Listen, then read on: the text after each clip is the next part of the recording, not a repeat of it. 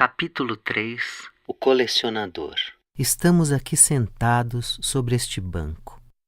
Estamos no segundo andar do pavilhão de exposições. O banco em que estamos fica quase no centro da sala. Vamos descrever o ambiente. No teto, há uma estrutura de ferro circular. O raio do círculo tem uns 8 passos. Estamos sentados perto do centro desse círculo. Observando melhor, percebemos que o círculo não é exato, não se fecha completamente. Na verdade, é uma espiral aberta. A estrutura de ferro passa bem perto das paredes da sala. Dessa estrutura de ferro descem cabos de aço que seguram as pinturas. Nesta exposição, ao contrário do que normalmente encontramos nos museus, as pinturas não estão penduradas na parede. Estão no ar, sustentadas por cabos de aço. Há trechos em que os cabos sustentam uma obra grande, e há trechos em que no mesmo par de cabos há 2 ou 3 obras suspensas. Há espaço entre as obras. O conjunto dessas obras forma uma espécie de parede em forma de espiral. São muitas obras, só nesta sala há 90. As pinturas estão suspensas e há esculturas e objetos de design apoiados no chão ou em bases de madeira. Ou seja, estamos cercados por uma parede de quadros formando uma espiral. Exatamente no centro da sala, bem na nossa frente, há uma base de madeira redonda, baixa, uns 8 ou 10 palmos de diâmetro. Sobre esta base há uma escultura em metal. A escultura mostra uma jovem mulher, quase em tamanho natural. Está nua, sentada com as pernas para frente, abertas em V, joelhos flexionados e com os pés para trás. Suas mãos e seus pés são compridos, afilados e não têm todos os dedos. Seu rosto é perturbador. Não há olhos nem nariz. A boca é grande e está aberta, como um buraco tomando o rosto inteiro. Ao redor da grande boca, há 2 pequenas garras laterais, como se fossem pinças de caranguejo, projetando-se para frente. A obra impressiona, mas não causa repulsa. Pelo contrário, nos atrai, pela beleza. Nesta sala, há obras muito diferentes entre si. Encontramos arte brasileira, arte internacional, vários estilos, vários períodos.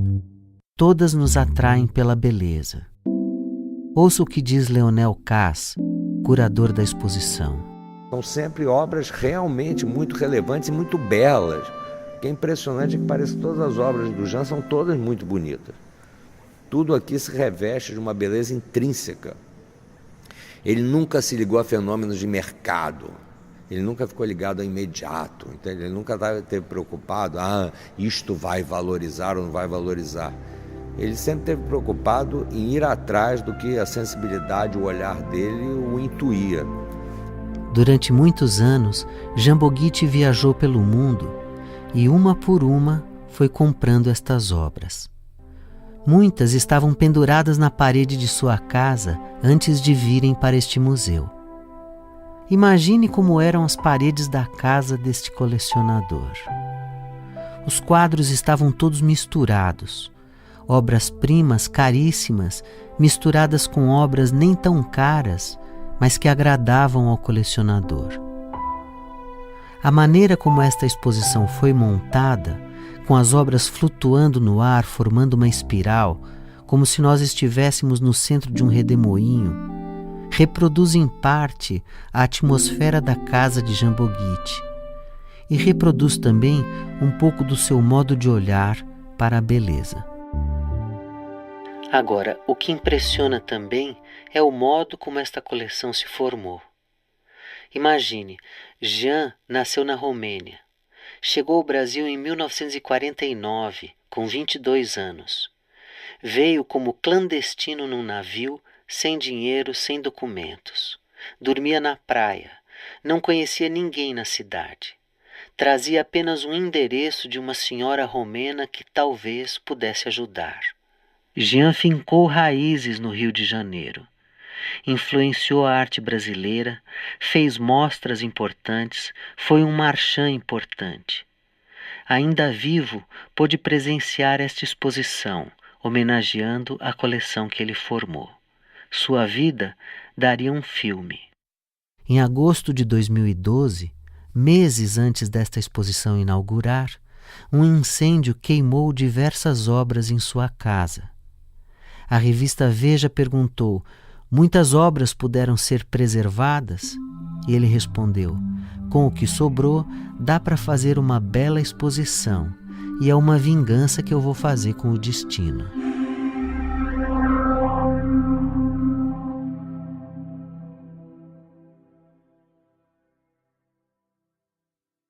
Faixa 2. A primeira sala. Para esta exposição, os curadores organizaram as obras numa sequência. Obras com afinidades foram aproximadas, agrupadas. Alguns grupos se referem a movimentos como surrealismo, modernismo. Outros referem-se a períodos como o século XIX.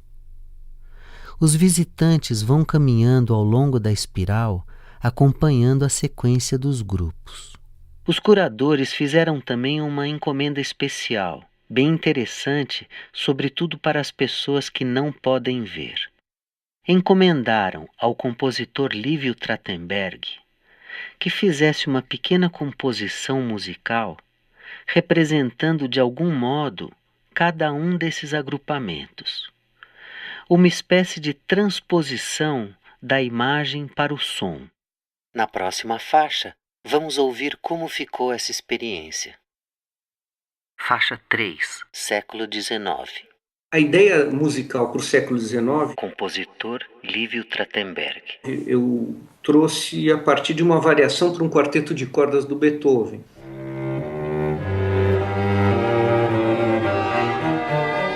Que tem muito a ver com a tradição do século XIX na música europeia.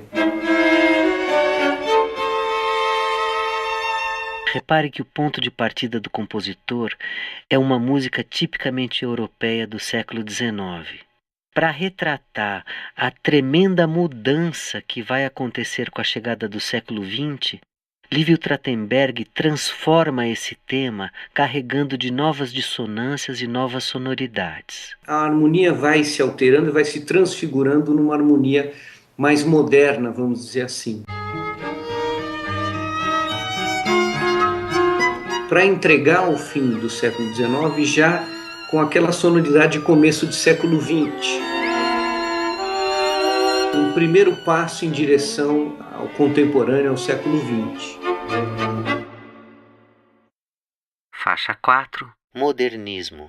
O movimento do modernismo, sonoramente eu busquei fazer a passagem entre o passado, século XIX, e o início do que a gente chama de música moderna, das sonoridades modernas, do início do século XX, com as dissonâncias e as misturas timbrísticas.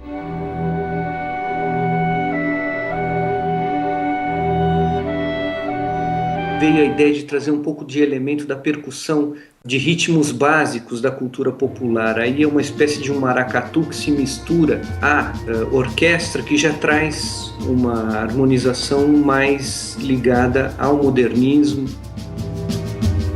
fazendo uma passagem entre aquele quarteto de cordas do movimento anterior, que é o século XIX, para o início do modernismo no século XX.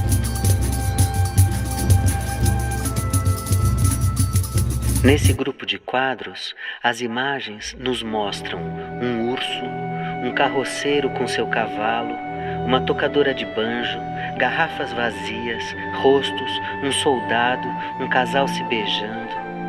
São pinturas, desenhos e esculturas em que as coisas do mundo aparecem transformadas pelo artista. Nesse grupo estão alguns nomes fundamentais para a arte brasileira: Guinhar, Cícero Dias, Brecheret, Tarsila do Amaral, Rego Monteiro, Di Cavalcanti, Milton da Costa, Lazar Segal e ainda alguns nomes de peso internacionais: Kandinsky, Morandi, Rodin, Modigliani.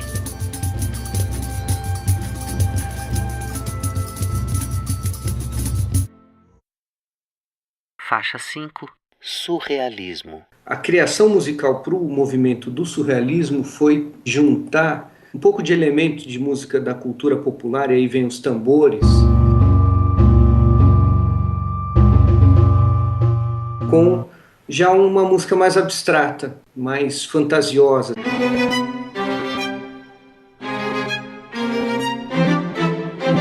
A parte fantasiosa dentro desse movimento do surrealismo, representado pelas harpas. No imaginário das pessoas, as harpas têm uma coisa de celestial, de uma coisa que não faz parte desse mundo. Então esse contraponto entre harpas e percussão me pareceu interessante para trazer um pouco dessa reminiscência do que está já na cabeça das pessoas. Surrealismo. Desse grupo faz parte Maria Martins. É dela a escultura da jovem nua com a grande boca em forma de buraco com garras. A obra se chama Oitavo Véu e retrata a filha da artista. Há uma pintura que mostra uma cidade, o céu com nuvens e uma enorme torneira virada para cima. Outro quadro mostra duas figuras desenhadas em branco com as cabeças separadas do corpo, como se as cabeças estivessem voando. Ouça o que diz o curador Luciano Miliaccio. Para as poéticas surrealistas, a arte é considerada um instrumento para a manifestação das forças profundas do inconsciente, visando alcançar a plenitude do ser humano e sua libertação da opressão das regras da racionalidade técnica e científica. Com seu repúdio às leis da lógica, a atividade artística alcançaria uma nova dimensão de expressão, por meio do inconsciente e do acaso.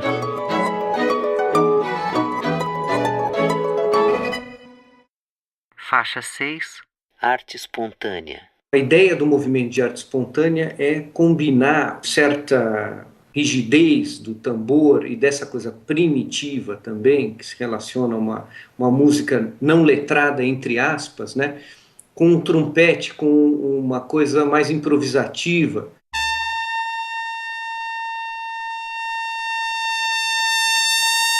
O trompete ele faz umas linhas bem soltas, bem improvisadas sobre uns tambores.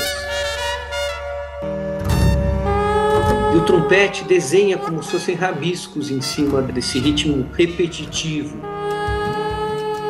para trazer um pouco dessa característica do gesto, da gestualidade dos quadros, desse movimento que foi denominado como arte espontânea.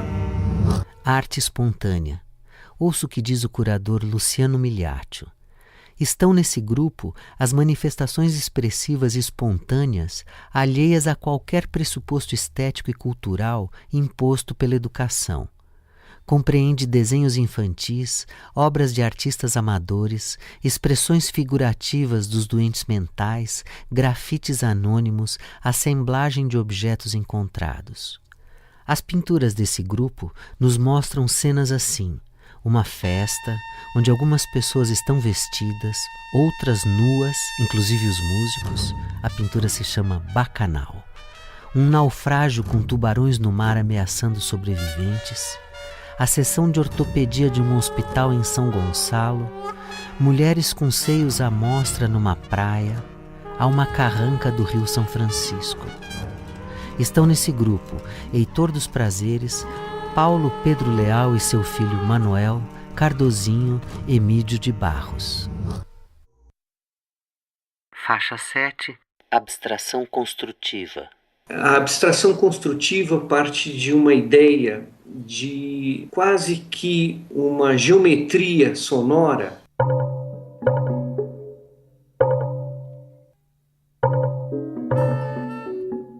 que importa, na verdade, são os ritmos e o não reconhecimento de um instrumento muito específico. Eu usei o piano preparado e peguei alguns sons híbridos entre percussão e piano, que parecia uma hora um gongo, mas não é um gongo exatamente, então eles não tinham uma característica muito clara. A ideia aí foi trazer um pouco desse conceito da geometria da pintura para pequenos módulos que tinham uma geometria, vamos dizer assim, musical muito clara, em termos da divisão rítmica, que é uma das formas mais fáceis de trazer essa ideia. Abstração construtiva. As obras aqui parecem voltar-se para dentro da arte. A escultura não busca representar o corpo de uma pessoa. A escultura se compõe de uma tira de ferro cortada ao meio e torcida. Nas pinturas não encontramos a vontade de retratar paisagens ou pessoas. Encontramos linhas, pontos, cores, texturas, elementos que parecem brotar do interior da arte e não mais das paisagens exteriores. Neste grupo estão nomes como Amílcar de Castro, Sérgio Camargo, Tunga, Franz Weismann, Valtércio Caldas, Max Bill, Torres Garcia.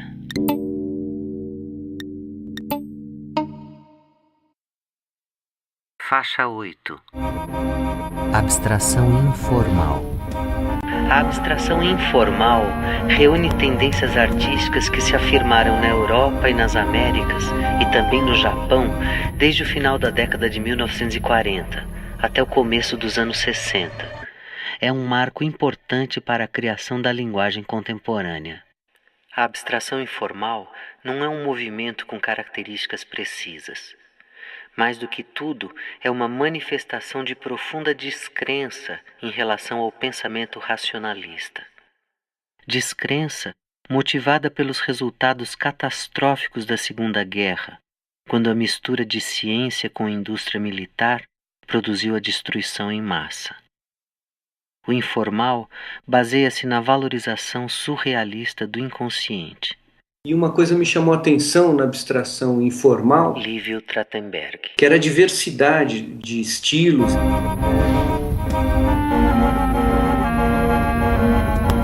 O que reunia como um procedimento mais ou menos comum a eles é uma extrema liberdade em cada quadro. Você tinha uma mistura, na verdade, de estilos dentro do próprio quadro. Ele tinha momentos. Essa mistura de estilos, essa diversidade me sugeriu a também fazer isso com relação às sonoridades. O acústico mais tradicional que a gente conhece, que são as cordas de uma orquestra sinfônica, com uma sonoridade eletrônica.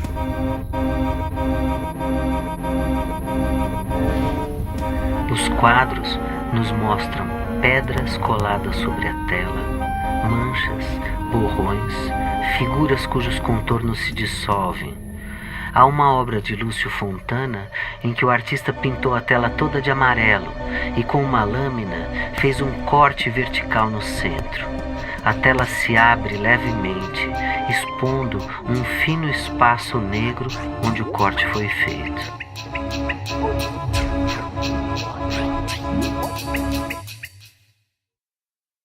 Faixa 9. Na passagem. Estamos aqui sentados neste banco, mas no nosso imaginário vamos seguir em direção à segunda sala. Na passagem que liga as salas, encontramos um painel com vídeo e som. No vídeo, as imagens dos quadros desta exposição. Nas caixas de som, a música de Lívio Trachtenberg. Os movimentos artísticos coincidem no som e na imagem. O vídeo foi criado por Jair de Souza. Faixa 10. A espiral na segunda sala. Na segunda sala, também encontramos uma espiral feita com ferros no teto, de onde pendem cabos de aço e obras. Mas a espiral é menor, está mais concentrada no centro da sala. Os visitantes caminham pelo lado de fora da espiral. As obras parecem estar num movimento de expansão, como se a espiral estivesse gerando uma força centrífuga. Estão aqui as obras da nova figuração, as pinturas da Rússia e da China. Faixa 11. Nova figuração. Início da década de 60, tempos de acirramentos políticos, anos da ditadura brasileira.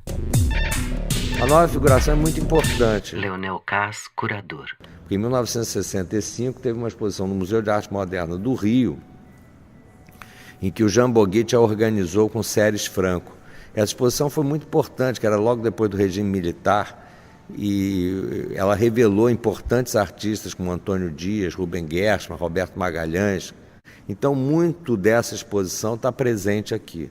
Nesse movimento da nova figuração, Lívio Trachtenberg. Também havia uma grande diversidade, mas aí já tinha elementos dos anos 60 muito presentes, daquela arte pop, mesmo da arte engajada dos anos 60, né?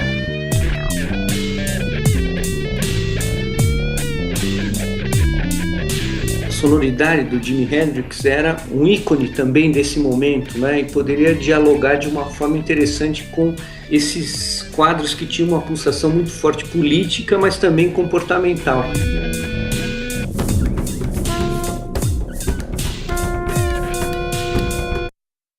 Faixa 12. Pintura russa. Dentro do movimento da pintura russa, tinha um fôlego épico muito grande.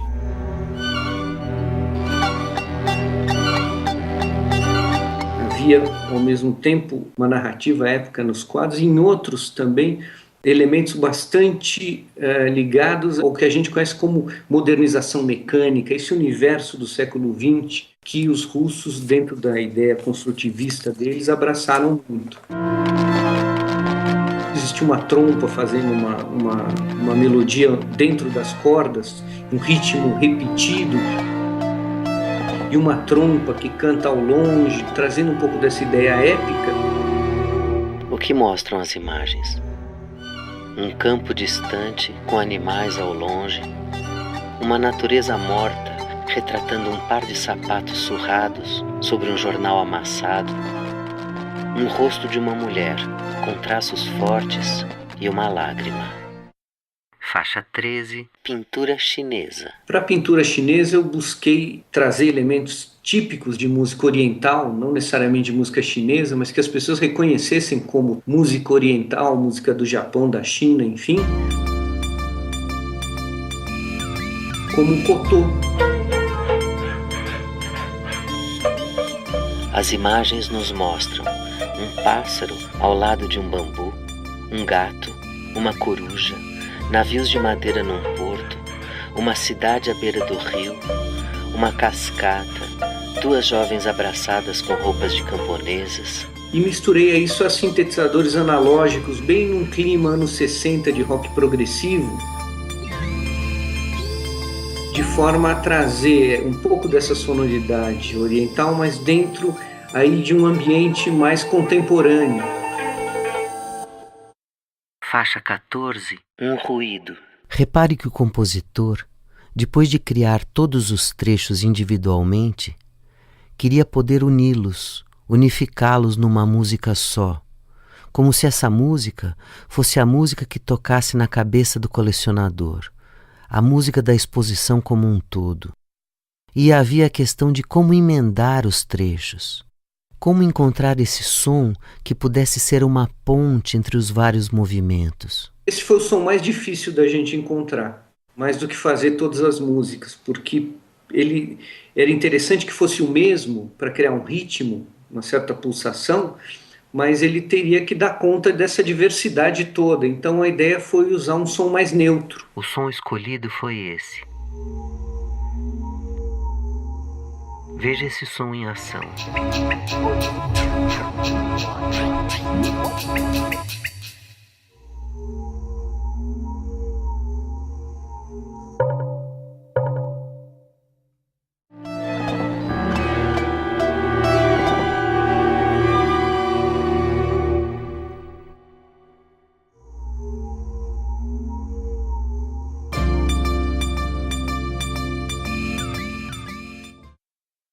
Faixa faixa 15. Vamos agora ouvir a faixa completa, sem interrupções.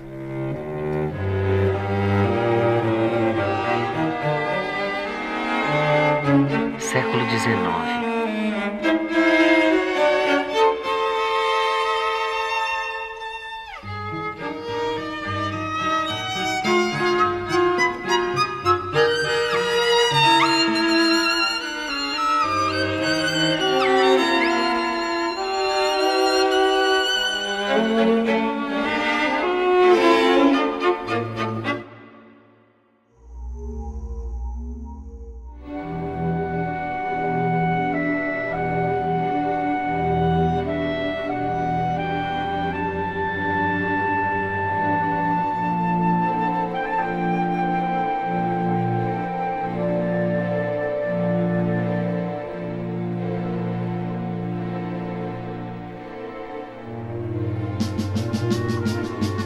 Modernismo.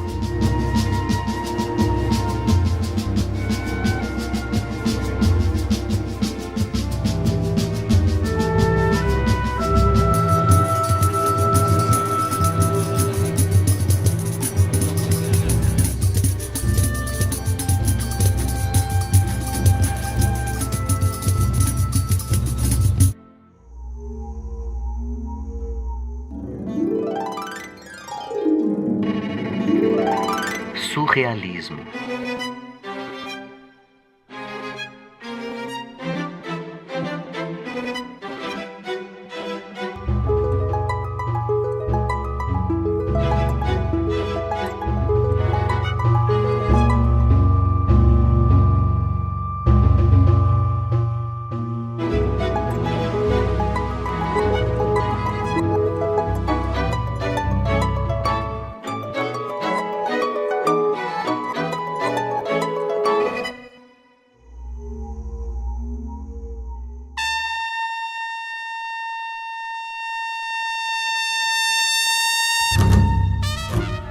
Arte espontânea.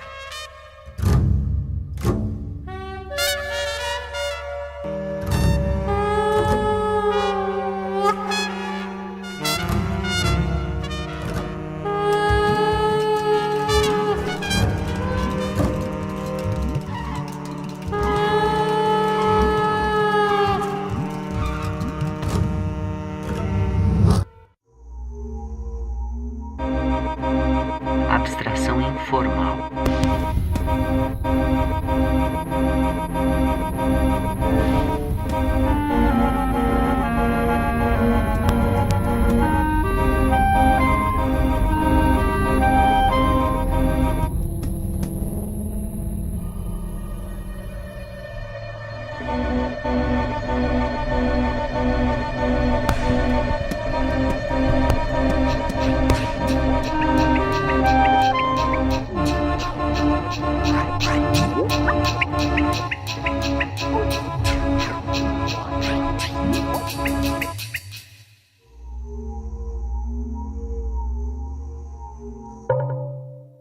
Abstração construtiva.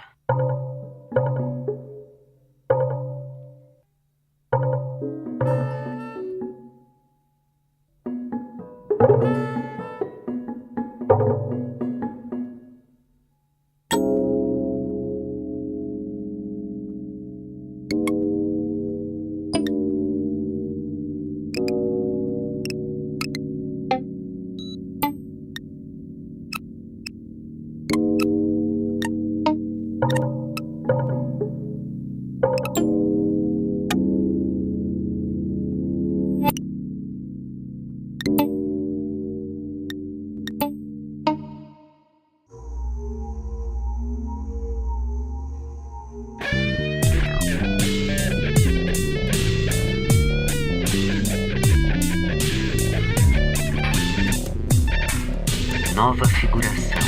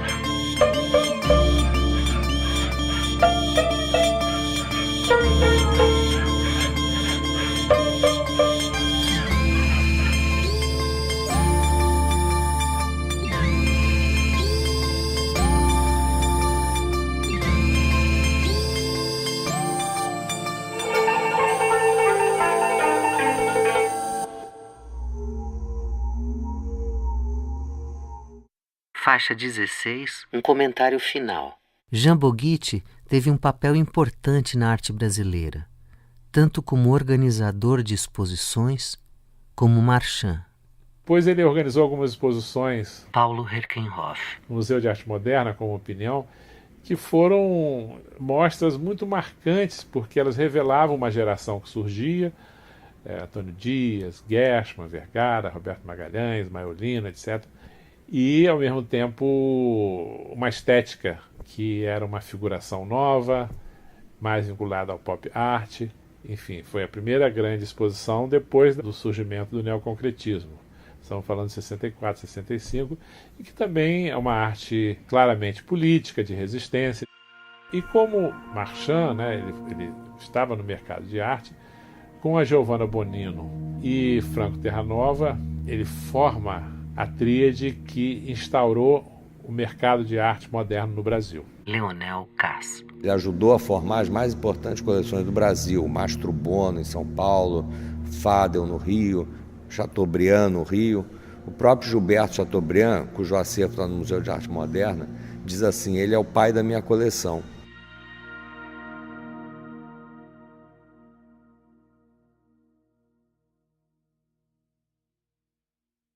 Faixa 17, para seguir adiante. Esta faixa encerra o capítulo 3, o colecionador.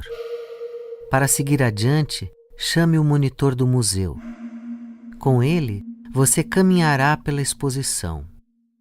Depois disso, o monitor do museu levará você ao andar de baixo. Haverá um banco para você se sentar. Chegando lá, aperte o número 4.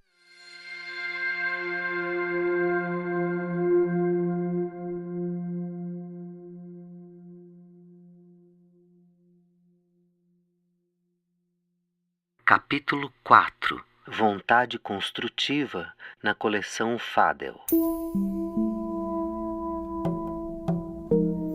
Estamos aqui sentados neste banco. O banco é liso, retangular. O lugar em que estamos sentados é um rebaixo circular escavado na madeira. No centro do banco, um cilindro de madeira serve de apoio para o braço. As formas são simples e precisas. Retângulo, círculo, cilindro. É um objeto de design. É bem adequado para esta exposição. Há muitas obras nesta exposição feitas com formas simples e precisas. Esta exposição foi montada com as obras da coleção Fadel. O colecionador Sérgio Fadel formou uma coleção em que há uma característica comum percorrendo as obras. Ao contrário da coleção de Jamboguite, a coleção Fadel faz um recorte, se interessa pela arte construtiva. De um modo muito simplista, podemos dizer que o artista construtivista trabalha com formas geométricas. Imagine um quadro onde só estão pintados quadrados e retângulos e círculos. Há aqui um quadro de Milton da Costa. É o mesmo artista que encontramos anteriormente no andar de cima, no quadro Campo de Santana. O Campo de Santana era o retrato de um pedaço da cidade. Foi pintado em 1938. Neste andar em que estamos, encontramos um quadro do mesmo artista que se chama Em Vermelho, pintado em 1956. Não vemos cidade nem pessoas, apenas retângulos. O que leva um artista a desviar os olhos do mundo e se interessar pelas figuras geométricas? Na próxima faixa, ouça o comentário de Paulo Herkenhoff. Faixa 2. Então, a formação de uma abstração geométrica no Brasil Paulo Herkenhoff. é muitas vezes reduzida a um universo de formas geométricas, sem pensar que há processos intelectuais, processos de discussão de estrutura, discussão de espaço, discussão de cor, discussão de matéria, discussão de linguística, a arte é signo, é símbolo, enfim, tem uma complexidade maior e um apelo ao olhar mais exigente do que muitas vezes uma obra figurativa. O curador destaca 2 momentos da arte construtiva no Brasil. Num primeiro momento, e isso é mais típico do concretismo em São Paulo, a arte geométrica é entendida como um conjunto de fórmulas matemáticas que podem ser pré-vistas antes de até serem realizadas. Então, um artista decide que vai dividir o quadro em retângulos e pintar da cor X ou Y.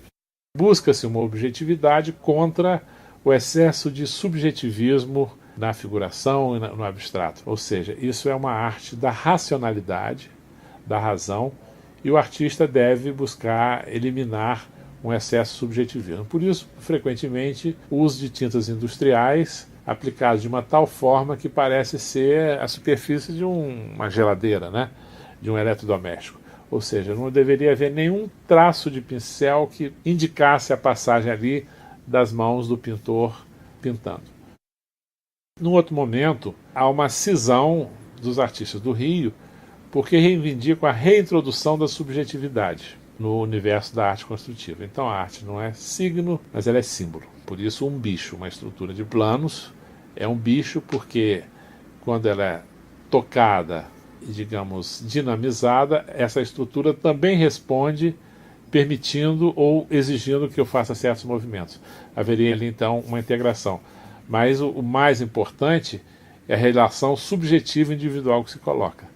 O bicho não seria para ser contemplado, parado, mas seria fundamentalmente para ser manipulado. Faixa 3.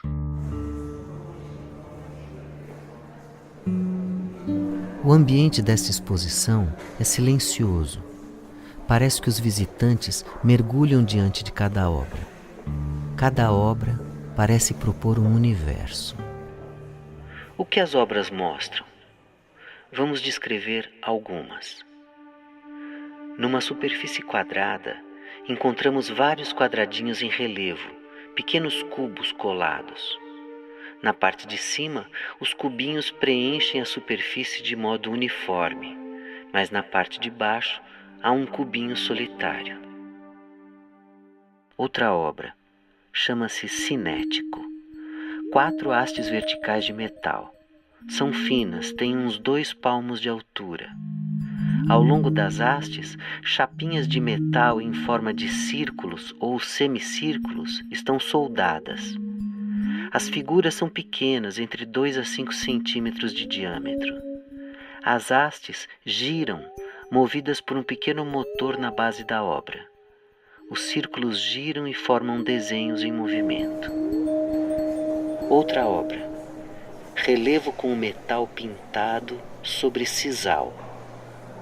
São pequenas chapas de metal em forma de triângulo, quadrado, retângulo, que estão espetadas como alfinetes sobre um pedaço retangular de tapete de sisal. A superfície do metal é lisa, a do tapete é rugosa. O tapete é claro, as chapinhas são escuras. É um diálogo de texturas.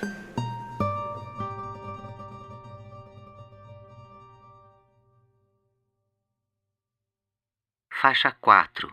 Amílcar de Castro. Há uma obra que vale a pena destacar. É uma escultura de Amílcar de Castro.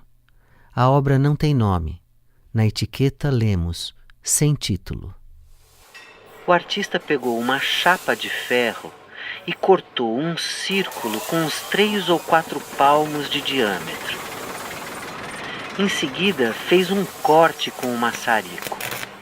Para a gente entender aonde foi feito o corte, faça de conta que há um relógio desenhado sobre a chapa, marcando 3 horas.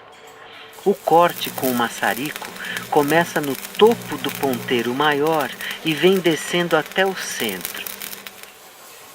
Depois, o artista prende a chapa num dos lados e com o maçarico esquenta a chapa ao longo do ponteiro menor. Com o calor, a chapa começa a se dobrar. O trecho cortado começa a descer com o próprio peso. Num certo ponto, o artista desliga o maçarico. A peça esfria. O artista coloca a peça no chão. As faces da chapa estão em ângulo, como se fosse uma cabana, um telhado em duas águas. Onde havia apenas uma chapa, agora há um espaço tridimensional. O corte e a dobra criaram a terceira dimensão. Ouça a voz do artista Amílcar de Castro. Gosto do que é simples, mais direto. Eu digo o seguinte, eu gosto de fazer uma escultura que não deixa resto, sabe? Não deixa pedaço nenhum sem solução perfeita. Eu gosto do ferro, gosto da chapa de ferro, da cor do ferro. Trabalhei com arame, gesso, barro, foi figurativo. Cabeça, mão, pé, torso, mulher. E depois um pouquinho fui tendendo para arte abstrata, mais abstrata. O artista comenta o momento do corte da chapa. O maçarico abre um espaço na matéria. Quando a escultura é de corte, a linha entra como corte da escultura. Há um espaço na matéria, no ferro, na chapa de ferro. E esse espaço, de certa maneira, introduz o espaço externo no material. Ele atravessa a chapa. Eu faço, às vezes, trabalho com 20 centímetros, depois faço 40 centímetros, 80, 1 metro, 2 metros e pouco. Eu fico experimentando por alegria, não é por necessidade, assim, não. Faixa 5. Caminhando pelas salas, encontramos as pinturas de Alfredo Volpi. São geométricas. Muitas mostram bandeirinhas de São João. A bandeirinha tem uma forma conhecida, um retângulo em pé com um corte triangular na base. Mas o modo como estão pintadas nos surpreende. Paulo Herkenhoff. E finalmente, nós temos uma área que é o prazer de pintar, com Volpi, esse conjunto cantante, né, que é um momento assim sublime da cor no Brasil, mas também podemos pensar no Milton da Costa, Maria Leontina, Ione Saldanha. Milton da Costa, Maria Leontina, Ione Saldanha. Pintores que, mesmo tendo um vocabulário geométrico, não abdicam do sensorial, do extremamente sensual que pode ser a pintura. O Volpi é uma unanimidade em termos da sua relação com a cor e com a pintura, porque ele foi capaz de cada vez se tornar mais simples e simultaneamente cada vez se tornar mais complexo e erudito. Ele não era um primitivo, não era um ingênuo, era um homem que aprendeu pela intuição, mas foi atrás. Ele foi para a Itália ver a pintura, ele participou ativamente do ambiente, mas aqui o que se vê é esse prazer da pintura, né? E a inteligência da pintura. De tal modo que podemos dizer que a pintura, a partir desse núcleo, ela não se justifica porque ela é abstrata, geométrica ou figurativa. Esses artistas, esses quatro, Ione, Leontina, da Costa e Volpi, eles afirmam que a pintura é. Interessante esse comentário final. Depois de percorrer as salas da exposição, com obras que instigam todo tipo de discussão sobre as formas geométricas e seus significados na arte, encontramos um grupo de obras em que a beleza, a qualidade estética chega a tal ponto que os argumentos e justificativas silenciam. As obras conquistam uma validade que não depende nem de sua história passada nem do seu futuro.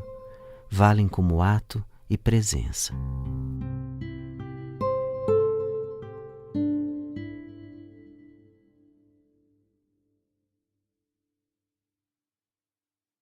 Faixa 6. Para seguir adiante. Esta faixa encerra o capítulo 4, Vontade Construtiva na coleção Fadel. Para seguir adiante, chame o monitor do museu. Com ele, você caminhará pela exposição. Depois disso, o monitor do museu levará você ao andar de baixo. Haverá um banco para você se sentar. Chegando lá, aperte o número 5.